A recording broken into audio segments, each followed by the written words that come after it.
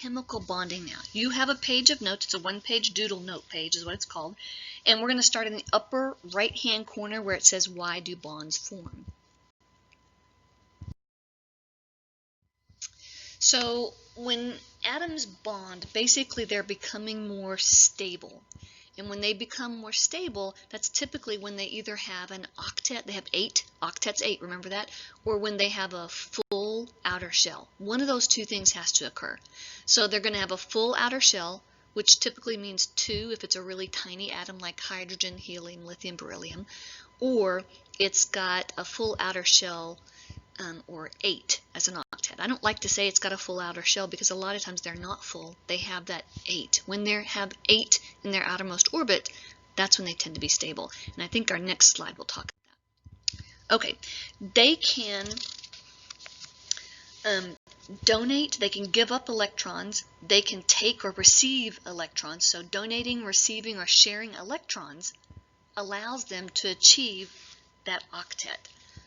So when they are donating, again, they're going to give up those electrons, they're going to take electrons, and it's all about getting them to have that stability. Many of the elements on the periodic table, you just don't see them in their pure state because they're pretty much unstable. The only ones that are really truly stable are those noble gases way over there on the right hand side. They are non-reactive. They already have the octet, the 8 electrons in the outside orbit, or in the case of helium, they're full, their first orbit. Helium only has one pitiful little orbit and it's full with 2. So when they reach that stability, that's when they no longer react at all. So all of the elements on the periodic table are really trying to reach that stability. So the octet rule, if I can get it to go there, the octet rule means they have 8 electrons in the outer orbit. And we don't know why it's 8. It just simply is 8. This is what we've discovered. If they have 8 valence electrons, they stop reacting and they're stable. That's why they chemically react. So when we talk about atoms reacting, there are 2 types of chemical reactions. There are 2 types of bonds that they form with other elements. They form ionic bonds and they form covalent bonds. So we talked about them receiving or donating, taking or giving electrons. If they take away or give electrons, they're going to form ions. And if they share electrons, they don't. So the first thing is, if they take or give away electrons, they're going to mess with the number of charges that they have. Normally, atoms are neutral. And when we say they're neutral, they say that it means that they're not negative, they're not positive, they're neutral, because they have the same number of protons, positive protons, as they have negative electrons. And because of that, they're neutral. When atoms bond together, we mess with the number of electrons. Remember, the electrons are floating around on the outside of the nucleus. They're the easiest to get to. We don't ever mess with anything inside the nucleus because that's nuclear chemistry. That's when you're working with radioactive material, and we don't ever do that. So the only thing you do in IPC and in chemistry is you deal with chemical reactions, not nuclear reactions or anything like that. So really, the stuff in the nucleus of the atom, it's nice to know that we have the protons, number of protons, because we can identify it. The number of neutrons and protons equals the mass of the atom, and we use that number later on in chemistry. But really, it's all about the electrons. How many electrons are floating around out there? How many electrons are orbiting? So when we form an ion, we mess with the number of electrons. We take away electrons so that the atom becomes more positive. They have more protons than negative electrons. Or we stick more electrons in there and the atom becomes more negative. And we call those ions. So if an atom has a positive or negative charge, it's called an ion. So an ion is an atom that has lost or gained an electron. They can lose or gain 1 electron, 2 electrons, 3 electrons. They can do things like that. And typically, if you look at your periodic table, and if you don't have your periodic table out yet, why don't you? Get your periodic table out. Remember, pause this anytime you need to. So when you look at your periodic table, all of those metals, remember the vast majority of the periodic table is metals, they always give away electrons because they typically have 1, 2, or 3 valence electrons, and if they give those away, the next orbit in, once they get rid of that outside orbit, has their octet, their magic number 8, where they're stable. So all the metals give away their electrons. It's the non-metals over there, which there aren't that many over on the upper right-hand side. The non-metals, they always steal electrons. They're so close to having 8. They've got 4, 5, 6, 7, and it's so close to having 8 that they'll steal them. It requires less energy to take an electron, so they gain electrons or steal them. Now, in the ionic bond, it occurs when a metal atom donates or gives up 1 or more electrons to a nonmetal. So when we talk about ionic bonds, it's always between a metal and a nonmetal. We think about opposites attracting, think of it like that way.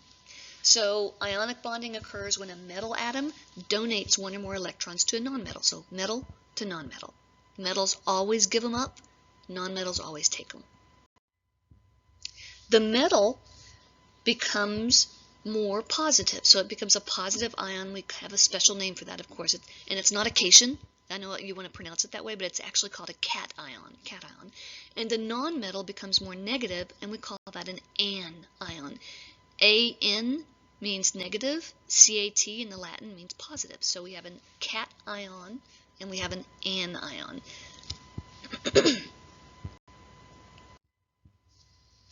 Okay, so if you're following along on the paper, this is where we're filling them, and we'll be giving you a grade for these notes, so you should be taking really good notes. That means write in human letters so other humans can read what you've written. So here we have Na, an Na atom, and a Cl atom. Na is over on the left-hand side of the table, so it's a metal. Cl is on the upper right-hand side of the table, so it's a nonmetal. So a sodium atom has 1 valence electron, and you can see on here, if it could give away that 1 valence electron right here, let me see if I can draw on this. I don't know, it's pretty high-tech stuff. If it could give away that one right there, valence electron, notice it would have 8 underneath there. And chlorine has 7. 1, 2, 3, 4, 5, 6, 7. If chlorine could take that 1 electron, then oh my gosh, it would also have 8. And then you'd have a positive sodium ion and a negative chlorine ion. And don't you know opposites attract? So they stick together, they stay together. So when we look at this,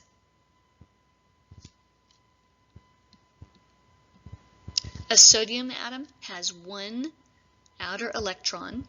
Chlorine has 7 outer electrons on there. I love this, neither atom is happy. They're not stable. So if sodium, again, could donate that 1 outer electron, and chlorine could take that 1 electron, then they would each then have the magic number 8 in there. Sodium, again, would form that positive cation. Chlorine would form the negative anion. And now that they're happy, now that when it says happy down there with a little smiley face on there, it means they're stable. Nature is not really, it's not natural to have something that's unstable. Nature's always going to find a more stable section, so it's naturally going to become more stable in things.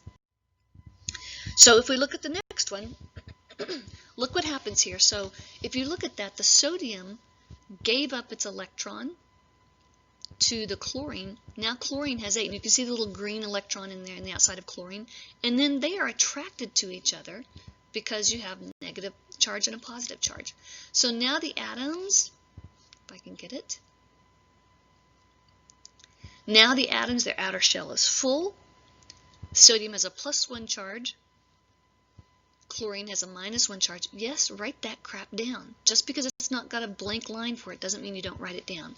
Just in the same way that they wrote it down, you can write it down on your paper too. And then together, that forms a totally new substance. Okay, so look, sodium, pure sodium metal is crazy reactive with water. If you put a little bit in water, sometimes it even bursts into flame. If you guys have a chance, Google on YouTube, get on YouTube and search sodium party. And this guy typically that does the most of them, Theodore Gray, he does all these little sections where he uses larger and larger and larger amounts of sodium and puts it in water, and you get some pretty good explosions going on. Sodium is not something you'd stick in your mouth. Chlorine, pure chlorine, is a yellow-green poisonous gas. Neither of those things you're going to eat separately. You don't even want to be around them separately. But the minute you let them chemically react with each other, a completely new substance forms. You get NaCl, which is really, really tasty on your French fries, which is just shocking that it's like that. Two totally nasty things, terrible that you wouldn't want around, and then all of a sudden they chemically react together and you get new things. This is how everything on the planet's made. Every piece of matter that you pick up is made of something like this. So the vast majority of things that you guys are, look around in your room, things that you handle every day, are not pure elements.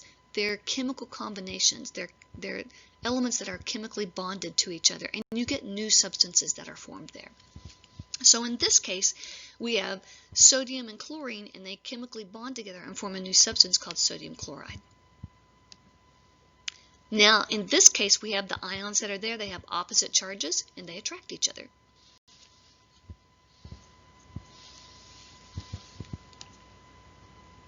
And oh, look, there it is, a perfect one there. All right, covalent bonding is different. Covalent bonding is when they share. And I'm not talking about metals share with each other. The metals and the nonmetals, they're opposites and they attract. The covalent bonding only happens between the nonmetals. So cover up all the metals on your periodic table. That's most of the periodic table. The covalent bonding, the sharing, the nonmetals only share with themselves. So covalent bonding occurs when atoms share electrons instead of giving and receiving. And they don't necessarily share equally. It's kind of like when you share with your older brother or sister, or maybe you're the older brother or sister and you share with your younger ones. It's not always an equal sharing, is it? Your mom says share, and it seems like I have an older sister. And when my mom said share, it was always my older sister got a little bit more than the equal 50-50. Yeah, I know how you older siblings are. Okay, so when we have a covalent bonding, the pair, and it could be one electron from somebody and they share with the other, but they're always shared in pairs here. So the pair is included in the outer shell. Remember, it's all about the outer shell, where the valence electrons. So the pair is included in the outer shell of both atoms. So it's kind of like the outer energy level or shell overlaps between the two. It's like you can think of it as holding hands or overlapping in that case. Covalent bonding occurs between nonmetals, only between nonmetals. Okay, so we look at the next piece down here. You guys should be following along on the picture here. What you have there is NH3, one N and 3 H's, and you have ammonia. So nitrogen has a space for 3 electrons. Do you see it there? You see the little red hydrogens on there? They've already kind of put it in there. Nitrogen has 5 valence electrons. 5 valence electrons. And so it's got it needs 3 more. 3 more, and it's going to be stable here. So each hydrogen atom shares its 1 valence electron. So you have to have 3 hydrogen atoms because hydrogen only has 1 electron. I mean, that's total. That's all it's got. So we need 3 of the hydrogens to share with them. So in this case, we have 3 sets of shared electrons, and then we have one that's called a lone pair. So when you guys, we probably won't do anything with the lone pair of electrons in this class, but when you guys get into your chemistry class, that'll be important for figuring out, well, what shape does that molecule have? So we have a lone pair up top, and then all the other 3 are bonded pairs. They're sharing those electrons. Now notice that by sharing, nitrogen has 8 electrons. It's got the magic number, right?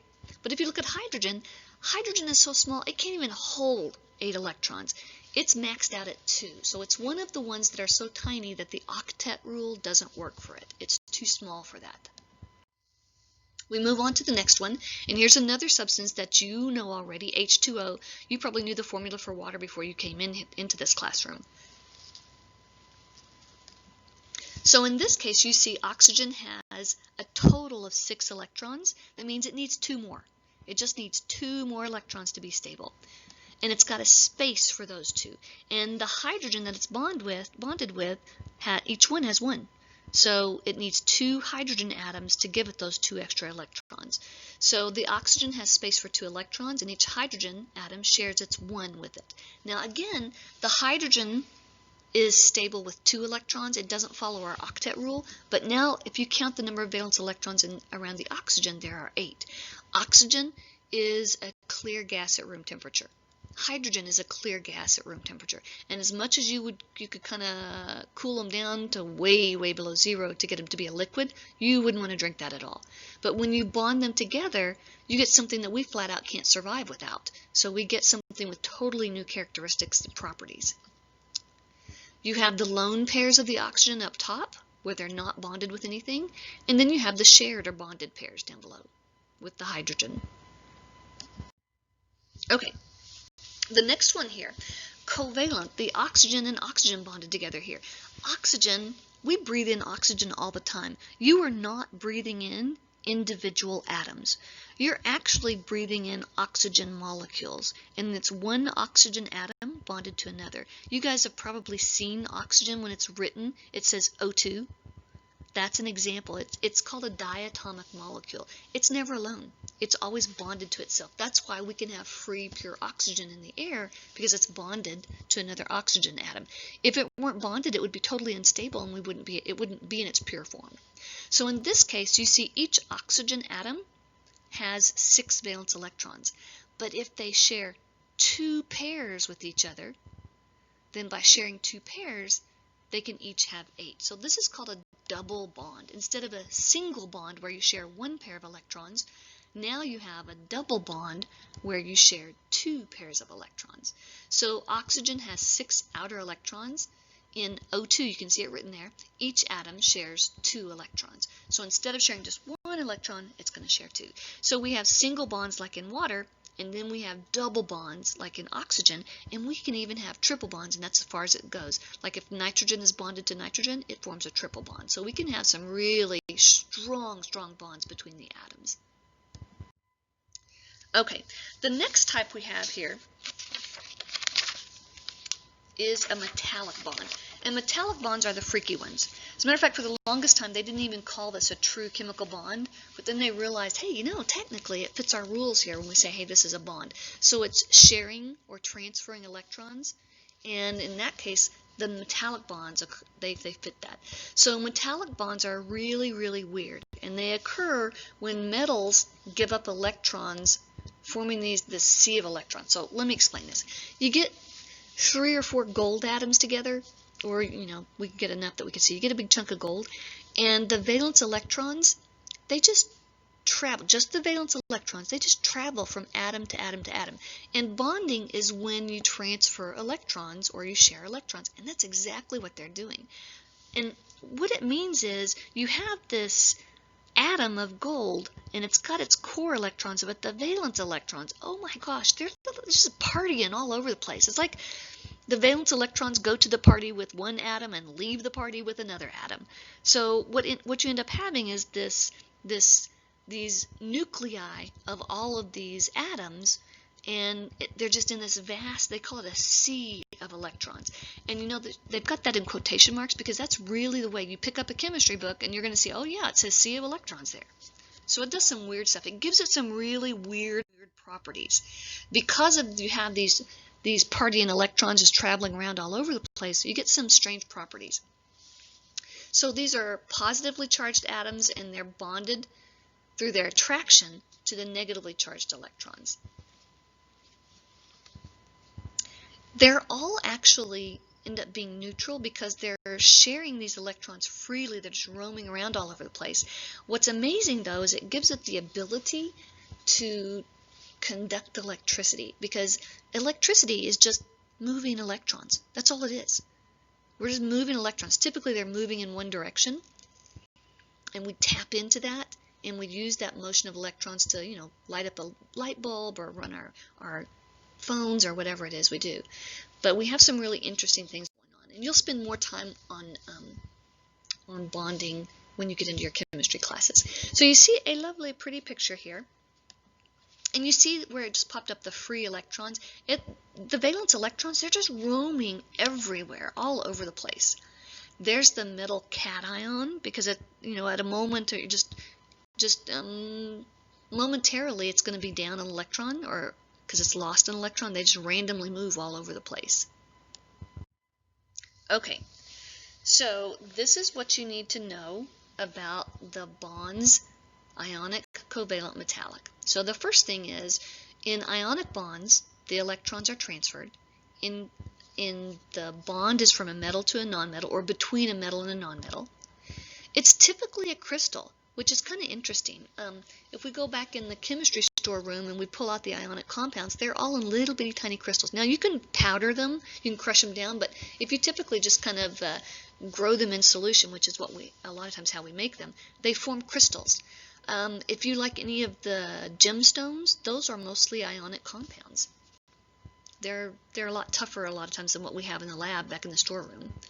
They are only conductive when, it says when they're aqueous. Aqua should sound like water to you. That means when you dissolve the ionic compounds in water, they conduct electricity. Think sodium chloride, salt. They have a really high melting point. And the best example would be sodium chloride. You guys might have heard of things like Epsom salts, MgSO4, MgO, magnesium oxide, copper sulfate. You can have all sorts of things, but it's always going to be a metal bonded to some nonmetals. And again, remember, you can pause this whenever you need to. In covalent bonds, the electrons are shared. It's always a nonmetal bonded to a nonmetal. These are typically solids, liquids, and gases at room temperature.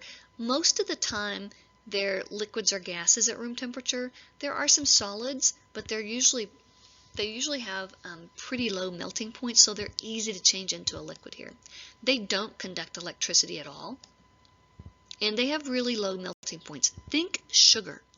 If you try to melt salt, you guys have never seen melted salt. And I don't mean dissolving it in water. That's not the same thing. Melting means you heat it up so that it changes to a liquid. Dissolving means that you put it in water.